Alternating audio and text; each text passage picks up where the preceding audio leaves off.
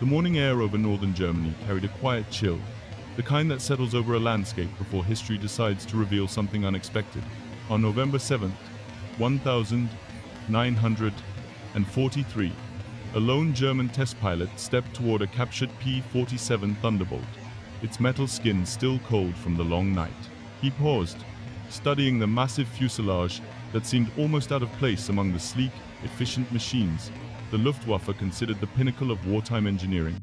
To him, this American fighter looked oversized, inelegant, and unlikely messenger of a new kind of war. Yet in that moment, standing beneath a fading autumn sun, he sensed that the machine before him carried a secret. Not a tactical trick, not a hidden weapon, but a philosophy. A way of waging the World War II air war that Germany had never fully understood. How could something this heavy, this overbuilt, this unapologetically different become one of the most decisive tools in the US Army Air Force's arsenal? And what did it reveal about the deeper strength, the American industrial power that Germany had underestimated for far too long?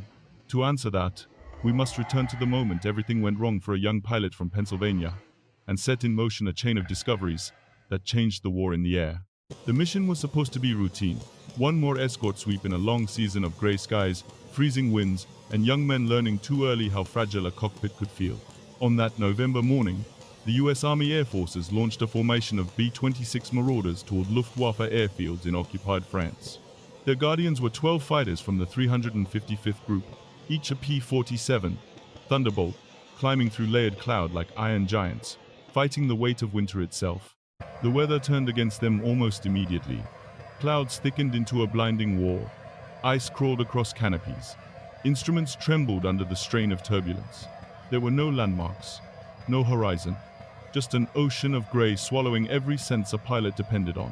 When the bombers abandoned the mission, the Thunderbolts turned home straight into headwinds no forecast had warned about. Winds over 100 miles per hour pushed the formation backward toward France.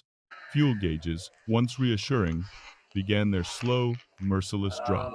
The Thunderbolt was legendary for its durability, but not even its massive tanks could fight the sky itself. Pilots, some barely past their third combat mission, realized they were now racing against empty space inside their own aircraft. Among them was Lieutenant William Edward Roach, flying a spare P-47 he hadn't expected to use. He had joined the formation only because another pilot's engine faltered minutes after takeoff. Now he was alone in the storm, navigating by dead reckoning, hoping the compass would lead him toward the English coast. When he finally broke free of the clouds at 8,000 feet, he expected to see the Channel's dark water. Instead, he saw farmland, French farmland. The winds had carried him far off course, and the fuel left in his tanks could barely keep the engine turning for 40 minutes. Below him lay an airfield with grass runways, parked vehicles, and orderly dispersal bays. It looked British. It felt like salvation. Roach descended, lowered his gear, and touched down with the smooth precision of a pilot trained to trust his machine. A jeep rolled toward him. Ground crew waited. Then he saw the rifles, the uniforms, the unmistakable posture of men who did not come to help. What he believed was safety was in fact a Luftwaffe base near Cannes. Within hours, Roach was disarmed and on a truck headed deep into Germany. Behind him, the Thunderbolt he had just abandoned intact, undamaged, and filled with answers the Luftwaffe had been desperate to find, became the most valuable captured aircraft in Europe. And he was not the only pilot lost to the wind that day. One Thunderbolt bellied into a field. Another ditched over icy water and vanished. A third limped home on fumes, crossing the English coast as the engine died beneath him. No enemy fighters had appeared. No flak had been fired. Nature alone had turned the mission into disaster. But for Germany, Roach's misfortune was an extraordinary gift. A perfect P-47 Thunderbolt delivered into their hands. A chance to see inside the American machine, both the aircraft and the industrial system that produced it. When the Luftwaffe towed the captured P-47 Thunderbolt into a hangar at Rechlin, their premier test center, German engineers expected to uncover flaws, wasteful design choices, structural inefficiencies, something that explained why this oversized American fighter persisted in the World War II air war despite its apparent crudity. What they discovered instead forced them to confront a truth they had never fully understood. Hans-Werner Lerche, one of Germany's most seasoned test pilots, walked around the aircraft with the quiet discipline of a man who had flown over 100 different airframes. Everything about the Thunderbolt challenged his instincts. German fighters like the Bf-109 and W-190 were tight, efficient, minimalist. Their fuselages were elegant shells of lightweight alloy machines shaped by craftsmen who believed perfection came from precision and restraint. The Thunderbolt, by comparison, looked almost agricultural. Thick panels, massive spars, a cockpit roomy enough for a pilot to half stand inside. But aviation truths do not live in appearances. They reveal themselves in the air. Lerche climbed into the cockpit, started the R2800 engine, and felt the entire aircraft vibrate with a deep, uneven rumble that seemed primitive compared to Germany's smooth inline engines. Yet as the radial warmed, the vibrations settled. Temperatures stabilized. Oil pressure held. The machine behaved as though it simply didn't care about small imperfections, an early hint of the philosophy that built it. The takeoff roll was long and heavy, almost clumsy, but once the Thunderbolt climbed past 20,000 feet, everything changed. The turbocharger came alive. Power surged. Controls tightened. The fighter that had felt like a truck suddenly responded with the precision of a much lighter machine. Lerche rolled, dived, and climbed with growing disbelief. The Thunderbolt could hold energy through maneuvers that should have bled its speed away. In a dive, it accelerated faster than anything he'd flown. In a climb, it refused to surrender momentum. German engineers documented each flight, then dismantled the aircraft piece by piece. What they found shocked them more than its performance at altitude. The Thunderbolt was intentionally overbuilt. Frame members were nearly twice the thickness of German equivalents. Wing spars resembled those of a medium bomber. Fuselage skins were so thick that German calculations labeled them wastefully excessive. But in the margins of those reports were notes that revealed a dawning realization. The Americans hadn't designed the Thunderbolt to be perfect. They had designed it to survive, to absorb battle damage, to tolerate imperfect manufacturing, to be built by thousands of workers with varied skill levels, then repaired in muddy fields by crews with only basic tools. Every thick rib, every heavy spar, every redundant system, each was a clue pointing toward American industrial power, a system designed to produce fighters not one at a time, but in waves. Lerche understood it first. The Thunderbolt was not a masterpiece of engineering. It was a masterpiece of strategy, and its strength in the air was only one part of the larger storm Germany was about to face. By early 1944, the truth that German engineers uncovered inside the captured P-47 Thunderbolt began to reveal itself across the skies of Europe. What the Luftwaffe faced was no longer a contest of pilot skill or aircraft agility. It had become a confrontation with a national engine of production and training that Germany could neither outrun nor outlast. The numbers told the story with cruel clarity. While German factories struggled to deliver fighters hampered by shortages of aluminum, fuel, and experienced labor, American assembly lines filled the docks of England with wave after wave of new machines. Hundreds of Thunderbolts each month, thousands of replacement pilots from the U.S. Army Air Forces, many with triple the flight hours of their German counterparts. Where Germany produced excellence in small batches, America produced competence at continental scale. The human cost inside the Luftwaffe began rising faster than commanders could absorb.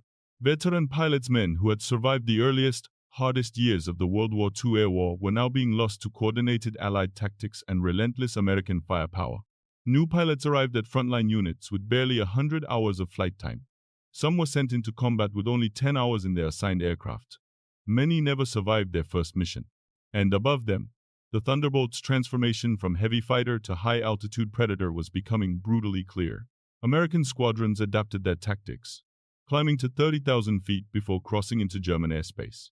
There, the P-47's turbocharged engine turned cold, thin air into an ally. German fighters climbing from below could not match the speed of Thunderbolts diving from the sun. The moment the Americans fired, 8 .50 caliber machine guns created a moving storm of metal that tore through wings, fuel tanks, cowlings, anything caught inside its path.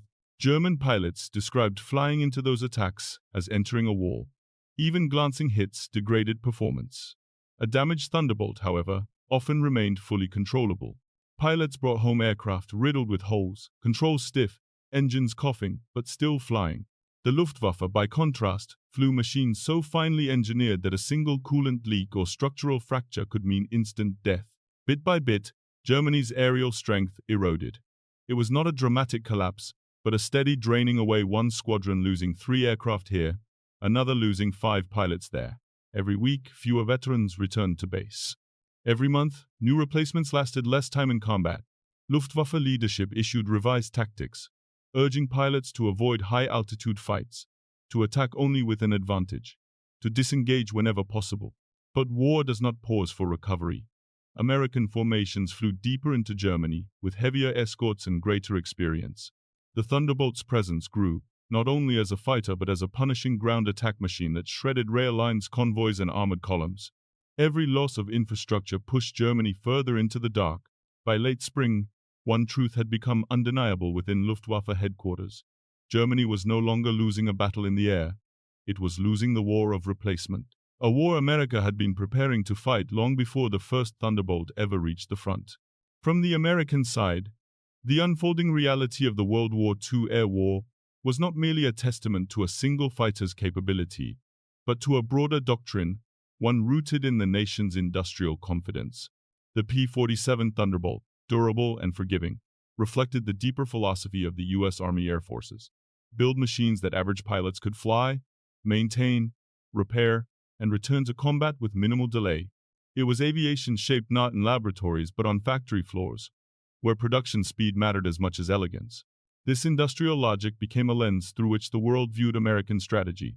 Allies recognized that the United States was demonstrating something unprecedented, a wartime system powerful enough to replace losses faster than an enemy could inflict them. Britain saw in America not just a partner, but a nation capable of sustaining a long war. The Soviet Union, fighting its own brutal struggle, took note of the overwhelming flow of aircraft and supplies crossing oceans. Neutral nations understood that America's strength lay not simply in technology, but in the reliability of its logistics. Meanwhile, the Luftwaffe, once Europe's dominant air arm, felt the consequences most sharply. They knew how to build extraordinary fighters.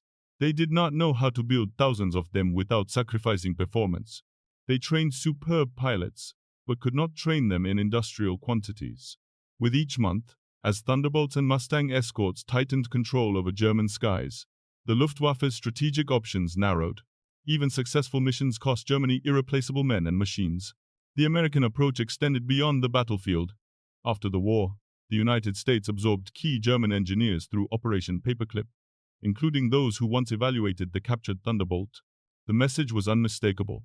America not only outproduced its enemies, but also learned from them, deepening its technological lead for the era ahead.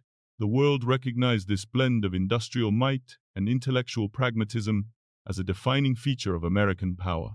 In the end, nations watching the air war understood that the Thunderbolt's legacy was larger than its combat record. It symbolized a truth shaping the modern age. Wars would be determined not only by bravery or innovation, but by systems vast, coordinated, resilient, and in that realm, the United States had proven itself unmistakably built different. By the final year of the World War II air war, the lesson that began with a single lost fighter near Caen had become unmistakable. The P-47 Thunderbolt was never meant to be perfect. It was meant to endure through weather, through battle, through the long grind of a conflict fought across continents. And in its thick skin, redundant systems, and thundering radial engine, America revealed something far more powerful than aerodynamic elegance. It revealed the strength of a nation willing to build not just fighters, but the industrial machine behind them. For the U.S. Army Air Forces, the Thunderbolt became a symbol of what American warfighting would increasingly depend on: resilience, scale, and the ability to bring thousands of ordinary airmen home alive. Pilots remembered its cockpit not for beauty, but for space. They remembered the way it stayed in the air, even after absorbing punishment no other fighter could survive. They remembered that when the sky turned against them, the aircraft under them did not. To the Luftwaffe, the Thunderbolt's presence became something heavier than metal. It was a reminder that Germany was no longer fighting a series of aerial duels, it was fighting a system. Factories, rail lines, oil fields, training schools, and a workforce spread across an ocean. They could shoot down Thunderbolts, and they did, often with skill and courage. But the truth was unavoidable. America's strength was not measured in single victories, but in the tens of thousands of hands that built, rebuilt, and flew these fighters every day.